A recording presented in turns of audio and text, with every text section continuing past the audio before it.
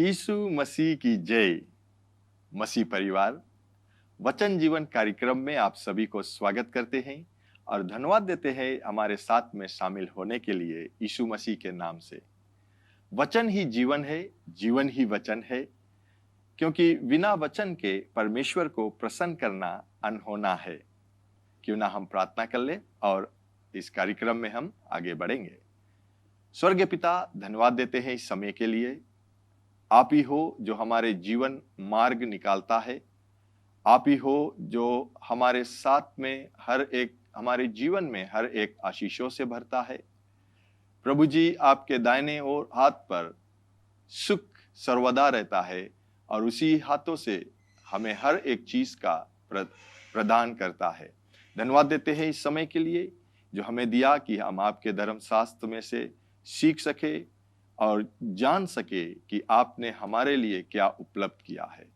होने दीजिए कि आज हमारे जो कान है वो खुला रहे आपके वचन सुनने के लिए और प्रभु इस वचन में चलने के लिए। धन्यवाद देते हैं यीशु के नाम से, आमीन आमीन। तो आज हम लोग देखेंगे धर्मशास्त्र में, लेकिन देखने से पहले हमारा जो टॉपिक है वो यही है कि परमेश्वर प्रदान करेगा। परमेश्वर प्रदान करेगा, यानी परमेश्वर जो है हमारे, वो हर एक समय हमें जिस वस्तु की जरूरत है वो प्रदान करेगा या प्रदान कर दिया है हमारे लिए।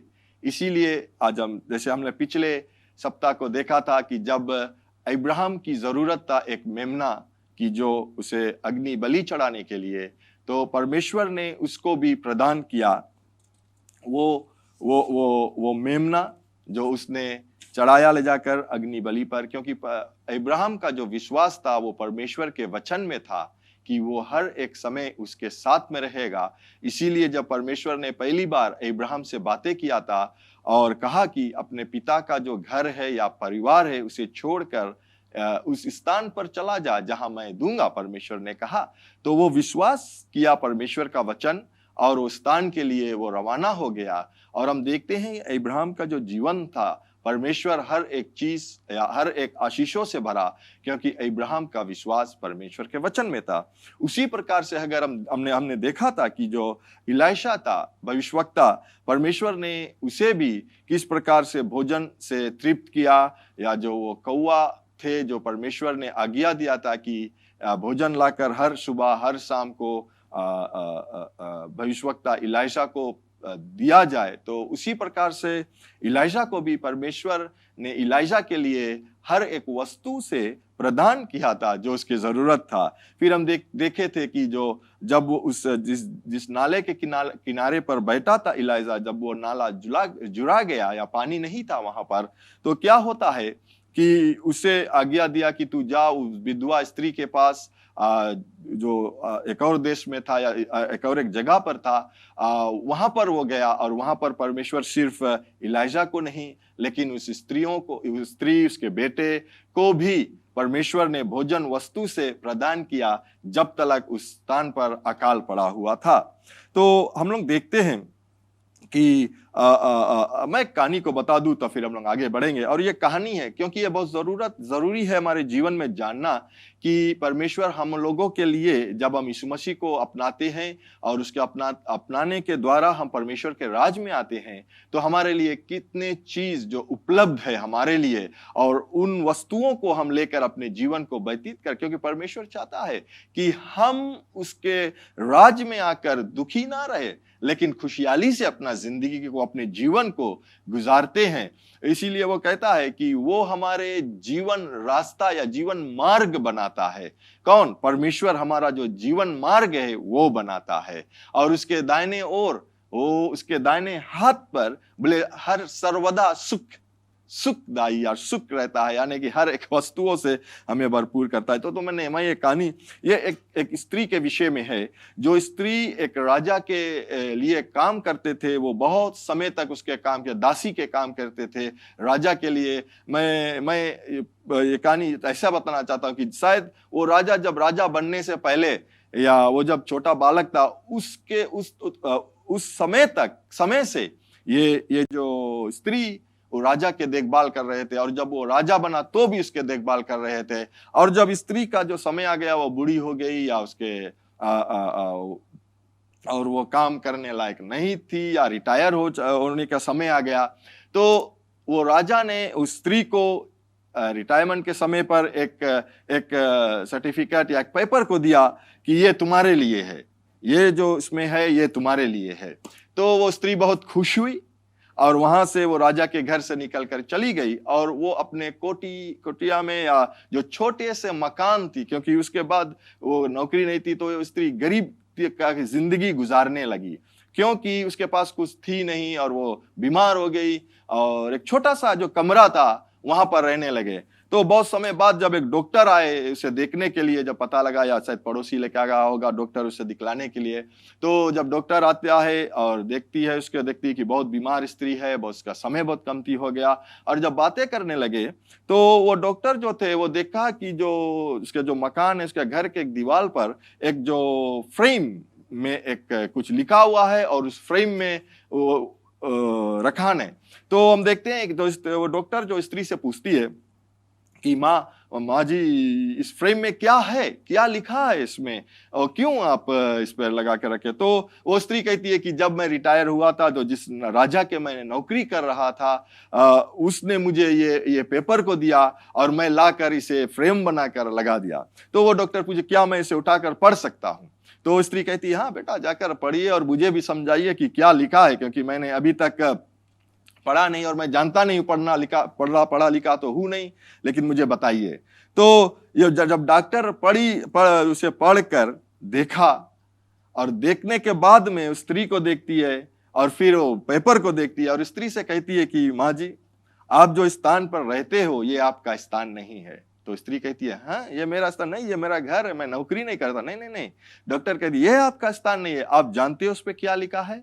उसमें एक विल था, या जो सर्टिफिकेट, जो वो पेपर था, उस माँ के लिए, उस स्त्री के लिए राजा ने एक सुंदर सा मकान और उसमें सब वस्तुओं से भरा था। यानी कि उस स्त्री को कोई काम नहीं करना था, उसके लिए सुबह का भोजन, दोपहर का भोजन, शाम का भोजन, उसके रहने के स्थान, सब कुछ उस कागज में लिखा हुआ था, जो वो आनंद प्राप्त कर सकते थे। लेकिन ये स्त्री जानती नहीं थी, वो सोचा कि मैं नौकरी छूट, अब खलास हो गया, अब मैं गरीबता का जिंदगी गुजारूंगा। लेकिन वो उसके लिए नहीं था। उसका जो जीवन था वो बहुत आशीष में अपने जीवन को बिता सकती थी। क्यों नहीं बिताया? क्योंकि वो स्त्री जानती नहीं थी कि उसके जो सर्टिफिकेट या वो जो पेपर था उसमें क्या लिखा था। इसी प्रकार से प्यारे लोग, मैं आपसे ये कहना चाहता हूं कि बहुत समय हम लोग अपने जीवन में हम लोग मसीह को अपनाते हैं, उद्धार को पा लेते हैं, लेकिन हम वहीं पर खुशहाली मनाते हैं कि हमें उद्धार मिल गया, स्वर्ग का राज मेरा आ गया। लेकिन हम ये नहीं खोजी करते हैं या सीखने की कोशिश करते हैं कि परमेश्वर का राज में हमारे लिए क्या उपलब्ध है। इसीलिए बहुत समय लोग जो है वो गरीबता में अपने जीवन को गुजारते हैं, बहुत समय कमियां में अपने जीवन को गुजारते हैं, बहुत समय हमारे पास वो ज्ञान ही नहीं रहता है। इसीलिए आज हम लोग जो है, जो हमारे लिए उपलब्ध है, उसे हम क्या कहते हैं कि उसे हम ले नहीं पाते हैं। क्यों? क्योंकि हमारा पास ज्ञान नहीं है। तो आज हम लोग ये सीखेंगे, जैसे हम लोग पिछले सप्ताह देखा कि परमेश्वर प्रदान करता है, वो हमारे लिए हर एक चीज के लिए जो उसने उपलब्ध को किया है वो हम पा सकते हैं। तो हम देखते हैं उसी प्रकार से जब इजराइल के लोग थे, जो परमेश्वर ने चुना था अब्राहम के द्वारा, और जब उसे चुनकर निकाल कर लाया था, और वहां पे बहुत लोग जो आ गए थे मिस्र देश में बंधुआई में थे, लेकिन परमेश्वर उन लोगों को वहां से भी निकाल कर जब लेकर आए, बहुत से चमत्कार हुए वहां पर। लेकिन हम वो बातें हम दिखलाना चाहते हैं कि जो पहला चमत्कार जो परमेश्वर ने किया इजरायलियों के लिए, जब वो लाल समुंदर पार कर आए, और उसके विषय में जब मैं बातें करूंगा तो मैं उससे पहले मैं बतलाना चाहता हूं कि पहला जो चमत्कार प्रभु यीशु मसीह ने भी किया, जब वो कैनान देश नगर में था, जो वो एक विवाह में गया था, उसे निमंत्रण को दिया गया था, तो वहां पर प्रभु यीशु मसीह था। और पहला जो चमत्कार जो परमेश्वर यीशु मसीह ने किया वो था कि पानी को उसने दाखरस में बदल दिया। तो वहां पर हम कहते हैं कि यीशु मसीह ने चमत्कार को किया, लेकिन अलग नजरिए से देखते हैं कि यीशु मसीह ने वो प्रदान किया जो वहां पर जरूरत था, या जो कमी था दाखरस का, उसने उस घटी या कमी को पूरा किया प्रभु यीशु मसीह ने। यानी कि जो हमारे जीवन में कमी या गतियां आता है जो हमारे नजरिया में है, और जब यीशु हमारे साथ में है तो वो पूरा करेगा। सिर्फ हमें शांति से, धीरजता से अपने जीवन को परमेश्वर के वचन में बिताना। जो वो कहता है, यीशु आपने कहा कि आप प्रदान करोगे, वो मेरे लिए हो जाएगा। पहला जो था, जो पहला मिरेकल अगर हम देखें जोन चैप्टर 2 में अगर हम देखते हैं तो वहां पर आप लोग पढ़ना बाद में जाकर, वहां पर प्रभु यीशु मसीह ने जो पानी को दाखरस में किया या जो जरूरत था उसे पूरा किया। लौटकर हम आते हैं इजरायलियों के पास और हम देखते हैं कि इजरायली लोग भी जब निकल कर आए, मूसा नबी के साथ में निकल कर आए थे, उस लाल समुंदर पार कर आए और वो जंगल में आ गए थे, तो वहां पर भी जो मैं सोचता हूँ 3 दिन के बाद में जब वहां पर उन लोगों को पानी नहीं मिला तो जो लोग थे वो कुड़कुड़ाने लगे, बोलने लगे। वो परमेश्वर से मांगा नहीं या मूसा नबी के पास जाकर नहीं बोला कि अब हम लोग को प्यास लगने लगा है, मुझे पानी की जरूरत, लेकिन वो लोग खुड़खुड़ाने लगा और कहने लगा कि क्यों हमें मिस्र देश से निकाल कर लेकर आए, यहाँ पर लेकर आकर हमें क्या आप प्यासा मार डालोगे, हमें पानी पीने के लिए नहीं है। लेकिन हम देखते हैं कि अगर हम देखते हैं एक्सोडस के किताब में 15:25 में हम यहाँ पर देखते हैं तो क्या होता है, यहाँ पर भी जो कड़वा पानी मीठी पानी में बदल गया ना। वहां पर पानी था लेकिन वो पानी जो था वो तालाब में जो पानी था वो कड़वा था, वो पी नहीं पा रहे थे। लेकिन परमेश्वर ने भी वहां पर हल को निकाला, या परमेश्वर ने वहां पर वो पानी जो कड़वा पानी था उसे मीठे पानी में बदल डाला या प्रदान को किया कि वो पानी ये लोग पी सके। तो हम देखते हैं कि क्या होता है कि मैं सिर्फ ये पढ़ूंगा 25 ही पढ़ूंगा 15:25। तो यहां देखते हैं कि तब मूसा ने यहोवा की बड़ाई तब मूसा ने यहोवा की बड़ाई दी और यहोवा ने उसे एक पौधा दिखाया जिससे जब उन्होंने पानी में डाला तब वह पानी मीठा हो गया। तो यहां पर हम देखते हैं कि जब उनको पानी की जरूरत थी और पानी था वहां पर लेकिन पानी कड़वा था, लेकिन परमेश्वर ने मूसा को एक पौधा को दिखलाया। या हम देखते हैं कि ये परमेश्वर प्रदान भी करता है और चमत्कार भी साथ में करता है। अगर हम सोचे तो क्या एक पेड़ के डाल अगर हम पानी में डाल देते हैं क्या वो बदल जाएगा?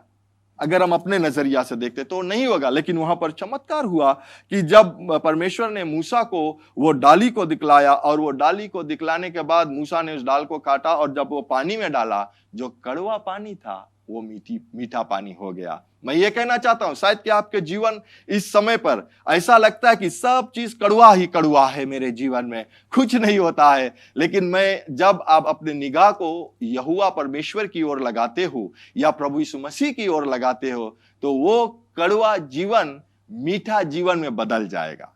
आमीन।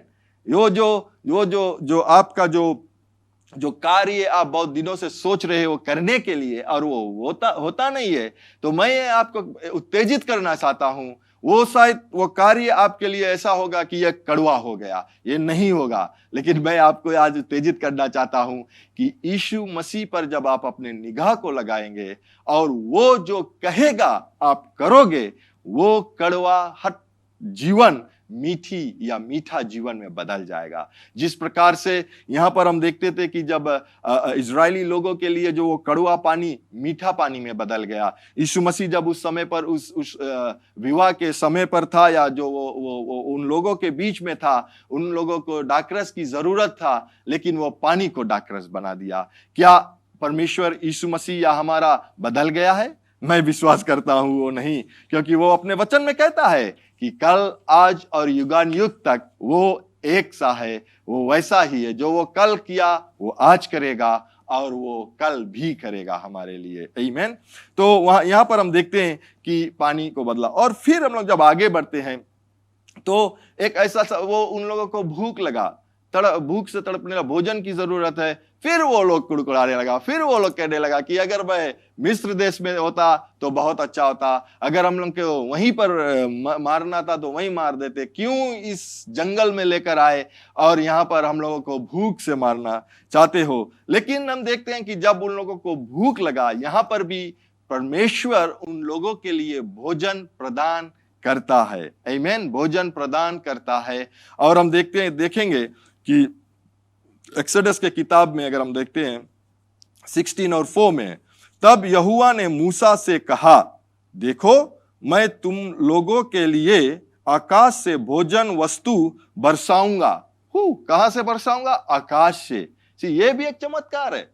यहां हम देखते हैं कि परमेश्वर जब प्रदान करता है, बहुत समय हम लोग के जो जीवन में जरूरत रहता है, हम लोग प्रार्थना तो कर लेते हैं, लेकिन फिर हम लोगों की ओर देखने लगते हैं कि ये मुझे शायद प्रदान करेगा, ये मुझे मदद करेगा, मेरा अंकल मुझे मदद करेगा, मेरा आंटी मुझे मदद करेगा, मेरा बॉस मुझे मदद करेगा। नहीं, अगर परमेश्वर उन लोगों को इस्तेमाल कर सकता है, लेकिन हमें अपना निगाह को उन लोगों पर नहीं, लेकिन परमेश्वर पर लगाना है। इसीलिए मूसा के पास या मूसेस जो थे, कुछ भी होते थे तो वो हर एक समय परमेश्वर के पास जाते थे, क्योंकि वो अगुआ थे और वो परमेश्वर के पास जाते थे। और यहोवा परमेश्वर, हम देखते हैं कि जब उन लोगों को भोजन की जरूरत था तो यहोवा परमेश्वर क्या कहता है, मैं फिर से पढ़ता हूं। तब यहोवा ने मूसा से कहा, देखो मैं तुम लोगों के लिए आकाश से भोजन वस्तु बरसाऊंगा, और ये लोग प्रतिदिन बाहर जाकर प्रतिदिन का भोजन इकट्ठा करेगा। आमीन। तो प्रतिदिन का भोजन इकट्ठा करेगा, यानी कि अगर हम ये पढ़ते हैं और देखते हैं, इसका मतलब ये होता है कि हर एक दिन, हर एक रोज, अगर आज एक रोज है तो हमें आनंदित होना है, हमें चुनाव करना आनंदित में जाना। जैसे जिस प्रकार से दाऊद कहता है कि आज का दिन यहोवा ने बनाया, हमें आनंदित रहना है। क्यों हमें आनंदित रहना है? क्योंकि हमारा जो भरोसा है वो परमेश्वर पर है, क्योंकि आज का दिन उसने बनाया, वो आज के दिन के लिए हर एक चीज से प्रबंध किया है, हर एक वस्तु से प्रबंध किया है जो हमें जरूरत है। आमीन। तो उसी प्रकार से यहाँ पर हम देखते हैं कि जो इजरायलियों के लोग थे, उन लोगों के लिए भी प्रबंध किया, क्या? भोजन वस्तु। ठीक है, भोजन। और वो कहता है कि हर एक दिन या प्रतिदिन तुम बाहर जाना, वहां पर तुम्हारे जो जरूरत है वो आप लेना और लेकर आ जाना। और हम देखते हैं कि परमेश्वर का जो वचन है या उसका जो प्रदान करना है वो अपने तरीके से करता है। और वो कहता है कि तुम 6 रोज जाना और जो हर एक रोज के लिए जो जरूरत है उतना ही उठा के लेकर आना। क्योंकि जब हम उतने ही उठाकर लेकर आएंगे तो क्या है कि मेरा भरोसा ये कि जब कल सुबह होगा वो परमेश्वर मेरे लिए प्रदान करेगा। तो 6 दिन या 5 दिन जो थे वो हर एक रोज के लिए सिर्फ उठा सकते हैं, लेकिन जो 6ठा दिन थे, परमेश्वर ने कहा कि जो 6 दिन होगा उस दिन पर तू दुगना उठाना, क्योंकि जो 7वां दिन होगा मैं कुछ नहीं बरसाऊंगा, क्योंकि वो विश्राम का दिन है, परमेश्वर का विश्राम का दिन है। तो उस दिन पर तुम कुछ नहीं पाओगे, अगर बाहर जाओगे तो कुछ नहीं पाओगे। तो क्या होता है कि जो 6ठा दिन है वो दुगना उठाना और 6ठे ही दिन सब कुछ बना लेना, प्राप्त करना, और जो 7वां दिन है उस पर कुछ खराब नहीं होगा वो, लेकिन तुम इस्तेमाल कर सकते हो। आमीन। लेकिन वहां पर यह बतलाना चाहता हूं, क्योंकि कुछ लोग का जो भरोसा था वो नहीं था, जो एक प्रतिदिन का उठाना था वो 2 रोज के लिए उठा लिया, ये जो फेस्ट 5 डेज थे। लेकिन क्या होता है कि जो एक्स्ट्रा उठा लेते थे वो खराब हो जाते थे। लेकिन जो 6 डेज था या 6ठा दिन था, जब वो लोग जाकर 2 दिन का भोजन उठाते थे तो वो नहीं खराब होते थे। आज यहां पर हमें सीख मिलता है कि हमें विश्वास करना है कि परमेश्वर हमारे लिए हर एक वस्तु को प्रदान करता है या तैयार कर रख दिया है जो हमें पाना है। तो मैं जल्द से एक और जो विस्तार में बतलाऊंगा, और ये हम लोग को मिलेगा नंबर्स के किताब में 11 में। अगर हम देखते हैं 11, 4 से 6 ले, 18 से 20 ले, और 23 को मैं पढ़ूंगा। लेकिन यहाँ पर हम देखते हैं ये कहानी भी है जब वो लोग वहीं पर थे और उन लोगों को गोश्त खाने को मन किया और वो कहने लगा कि मिस्र जो लोग थे कि जब हम मिस्र में हर एक समय वो लोग जब बातें करते हैं लौट कर वो मिस्र देश चला जाते हैं, लौट कर मिस्र देश चला जाते हैं। वहां पर जाते नहीं थे, लेकिन उसका जो विचार था वो लौट कर वहां चला जाते हैं। लेकिन वो लोग ये नहीं विश्वास कर पाते थे कि अभी तक परमेश्वर ने सब चीज को प्रदान किया है, क्यों ना वो हमें ये वस्तु भी देगा। तो यहाँ देखते हैं कि ये लोग फिर कुड़कुड़ाने लगे और कहने लगे मूसा से कि हम लोग जब मिस्र देश में थे हम लोग के मांस मिलते थे और कुछ चीजों को मिलते थे, जो मैं पढ़ूंगा, जो मिलते थे उन लोगों को खाने के लिए। तो देखते हैं कि यह क्या होता है कि हम लोग सब 11, 4 और 6 को पढ़ेंगे पहले। फिर जो मिली जुली भीड़ उनके साथ थी वो लालसा करने लगी और इजरायली भी फिर रोने और कहने लगे, हमें मांस खाने के कौन देगा। लोग मांगे मांस खाए, गोश्त खाए मांगे ना।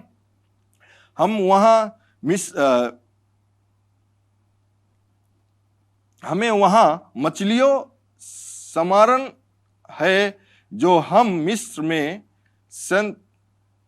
सनमें खाया करते थे, और वहां खीरे और खरबूजे और गांदे और प्याज और लहसुन भी, सब चीज बोले वहां मिलत रहा, यहां नहीं मिले। वरन अब हमारा जी भर गया है, यहाँ पर इस मना के छोड़ और कुछ भी दिख नहीं पड़ता। वो लोग मना खाए बोले बहुत ढेर मना खा लिया हम लोग, लेकिन वो ये नहीं जानते थे कि ये मना स्वर्ग से आते थे।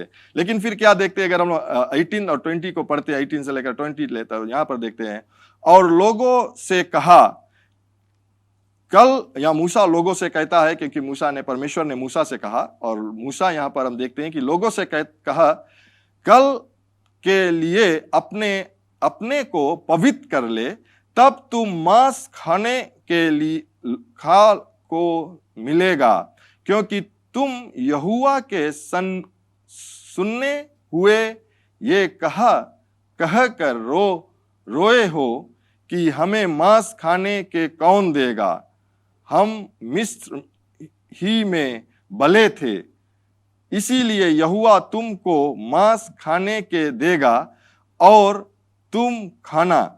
फिर तुम 1 दिन, 2 दिन या 5 या 10 या 20 दिन ही नहीं, परंतु महीने भर उस खाते रहोगे, जब तक वह तुम्हारे नथनों से निकलने ना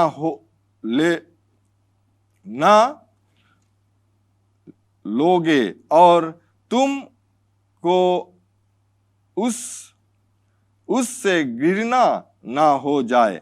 ओ बोले इतना मांस तुम्हें मिलेगा कि उस मांस के लिए तुम्हें गिरना ना हो जाए तब तलक। आमीन। और हम देखते हैं कि जब मूसा से परमेश्वर ने बातें किया, और यहाँ पर मैं ये बतलाना चाहता हूँ जो अंत में हम देखेंगे, और यहाँ पर है 11:23 में यहोवा कहता है कि यहोवा ने मूसा से कहा, क्या यहोवा का हाथ छोटा हो गया है, अब तू देखेगा कि मेरा वचन जो मैंने तुझ से कहा है वह पूरा होता है कि नहीं। तो यहाँ पर मूसा से परमेश्वर कहता है कि जब तुमने देखा जो मैंने कहा वो तुम्हारे लिए पूरा होगा या नहीं। तो प्यारे लोग, मैं ये तौजीद करना चाहता हूं और आप लोगों को कि जब परमेश्वर अपने वचन में जब कुछ कहता है तो वो प्रदान करता है। सिर्फ हमें क्या करना है कि उसके वचन पर विश्वास रखना है कि जब वो कहा कि मैं दूंगा तो वो हमें देगा। Praise the Lord. और अंत में, बहुत अंत में, मैं आप लोगों, मेरा जो टॉपिक है वो है परमेश्वर प्रदान करेगा, लेकिन मैं आपको अंत में ये बतलाना चाहता हूं कि परमेश्वर ने प्रदान कर दिया है। किसके द्वारा? प्रभु यीशु मसीह के द्वारा।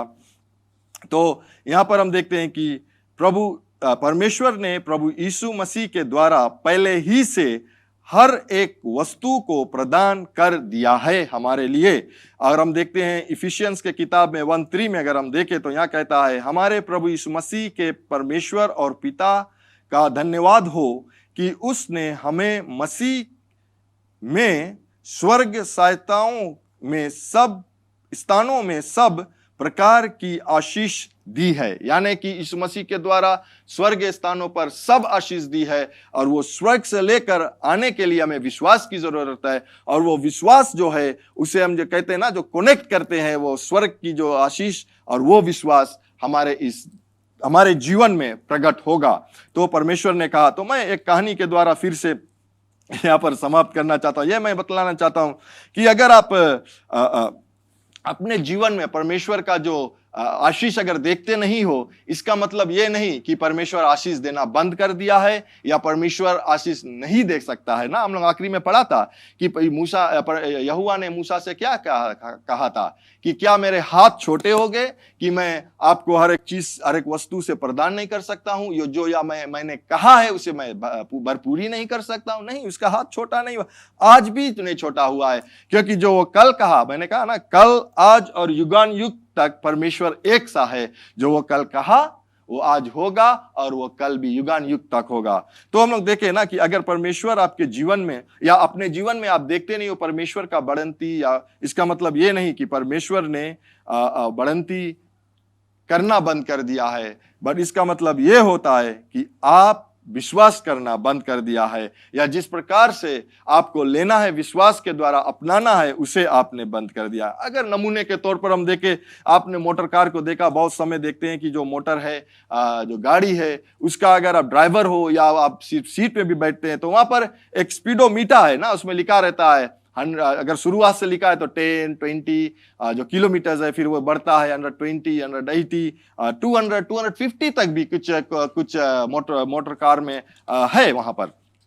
तो अगर हम चलाते हैं, अगर मैं ड्राइवर हूं, मैं चलाता हूं 60 किलोमीटर पे आवा या 80 किलोमीटर पे आवा या 50 किलोमीटर पे आवा ना, अगर हम चलाते हैं, पहला तो ये मैं चलाना चाहता हूं उतना जोर, और दूसरा ये जो देश का कानून है या LTA है, उसका कानून के मुताबिक से सिर्फ हम 80 चला सकते हैं।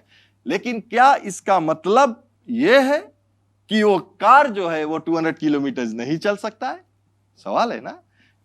हाँ, वो चल सकता है, लेकिन मैं चुनाव करता हूं कि मैं नहीं चलाऊंगा। इसी प्रकार से अगर हम देखें तो परमेश्वर भी हमें हर एक चीज, हर एक वस्तुओं से उपलब्ध कर दिया है, दे दिया है, लेकिन लेना या ना लेना ये हमें चुनाव करना है, और उसे हम लेते हैं विश्वास के साथ। तो मैं आपको, शायद आप सोचते हो कैसे होगा, क्यों? सिर्फ परमेश्वर का वचन आप लीजिए, वो जो कहता है, जो जिस एरिया में आपकी जरूरत है, और उसे आप लेकर कीजिए और उसे लीजिए और विश्वास से उसे अपने जीवन में लीजिए, और वो आपके लिए हो जाएगा। जैसे मैंने कहा कि मोटर चल सकता है 200 किलोमीटर, लेकिन मैं चुनाव करता हूं कि ये नहीं चलेगा तो वो नहीं चलेगा।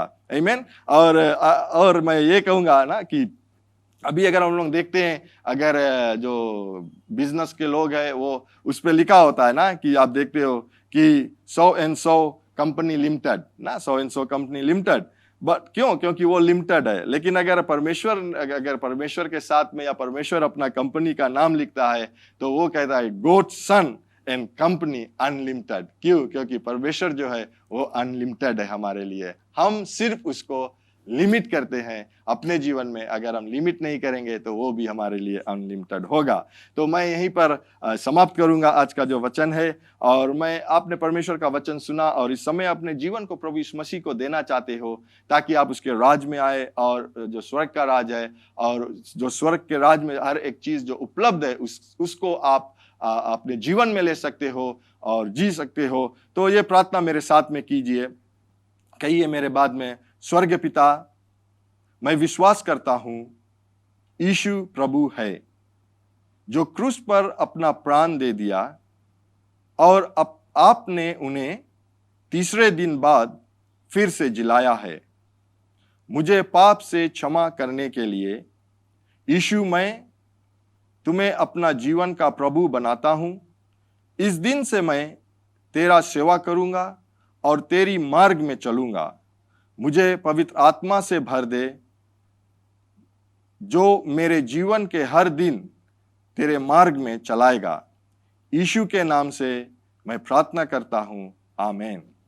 आमीन। अगर आपने इस प्रार्थना को किया तो जरूर हमें आप संपर्क कर सकते हो, ताकि आपको हम ये जीवन में, विश्वास का जो जीवन है या वचन का जो जीवन है, हम उसे आपको मदद करेंगे आगे बढ़ने के लिए। तो आपके लिए हम प्रार्थना करें अंत में। स्वर्गीय पिता, मैं धन्यवाद देना चाहता हूं आज को, आपको, आज इस दिन को, क्योंकि मैं जानता हूँ हर एक दिन जिस प्रकार से आपने इजरायली लोगों से कहा कि प्रतिदिन आप बाहर जाना और जाकर प्रतिदिन का जो भोजन है उसे प्रबंध कर उठा कर लेकर आना, इकट्ठे करना, उसी प्रकार से प्रभु हम ये देखते हैं कि हमारे जीवन में भी आप प्रतिदिन अपने आशीष को बरसाता है। जो लोग परमेश्वर आज इस वचन को सुने हैं, मेरा यह प्रार्थना है कि आपका दया और अनुग्रह इन लोगों पर रहे, ताकि वो भी जान सके परमेश्वर, या वो विश्वास से आपके जो आपने उपलब्ध किया है हर एक दिन के लिए, वो जाकर उसे प्राप्त कर सके विश्वास के द्वारा। धन्यवाद है यीशु। और मैं ये प्रार्थना करता हूँ कि जो जिसे चंगाई की जरूरत है होने दिए यीशु, क्योंकि आपने जो फोड़े खाए, आपने वो दंड को सहा, आपने उसको जो भरना था, जो दाम को भरना था, आपने भर दिया और चंगाई को दिया। इसीलिए मैं कहता हूँ कि हर एक बीमारी, हर एक पीड़ा, हर एक शरीर में जो है वो निकल कर चला जाए यीशु मसीह के नाम से। और प्रभु यीशु, आपका जो बढ़ंती है हर एक लोगों पर रहे जो विश्वास से लेता है। प्रभु आपका अनुग्रह हर एक लोगों पर रहे। धन्यवाद देते इस समय को यीशु के नाम से, आमीन, आमीन, आमीन। धन्यवाद देते समय के लिए आप सभी को। और अगले मिलने तक ये याद रखना कि परमेश्वर आपसे प्रेम रखता है, हम यहाँ JCLM परिवार आपसे प्रेम रखते हैं, और यीशु मसीह प्रभु है। अलविदा। To know more about the ministry and how to get connected with us, like us on Facebook, Jesus Christ is Lord Ministries, and follow us on Instagram, JCLM Fiji. Subscribe to our YouTube channel, JCLM Fiji, and be inspired through our website, www.jclm.org.